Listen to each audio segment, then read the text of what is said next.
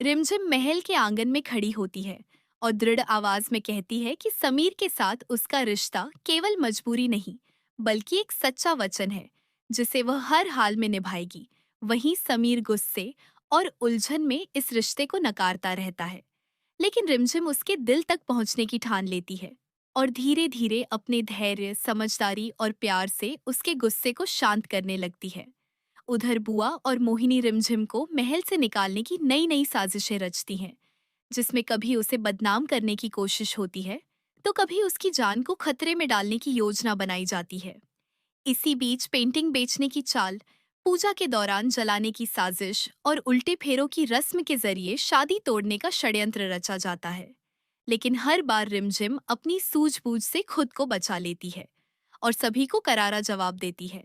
समीर भी धीरे धीरे महसूस करने लगता है कि रिमझिम बाकी सबसे अलग है और उसके दिल में उसके लिए सम्मान और अपनापन जागने लगता है। कहानी में ट्विस्ट तब आता है जब रानी माँ की वसीयत सामने आती है, जिसमें रिमझिम को राजगद्दी की हकदार घोषित किया जाता है, जिससे मोहिनी का गुस्सा और बढ़ जाता है और वह आखिरी वार करने की ठान लेती है।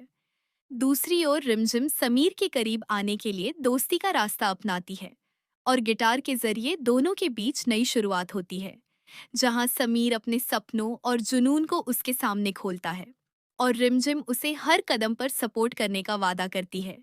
लेकिन जैसे जैसे दोनों करीब आते हैं, वैसे वैसे दुश्मनों की साजिशें और खतरनाक होती जाती हैं। अंत में एक बड़ा टकराव होता है, जहां सच सबके सामने आता है और समीर को एहसास होता है कि रिमझिम ही उसका असली साथ है।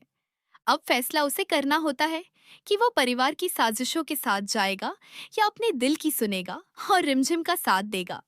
कहानी यहीं एक इमोशनल और सस्पेंस भरे मोड पर खत्म होती है, जहां अगले भाग के लिए दर्शकों की उत्सुकता चरम पर पहुंच जाती है।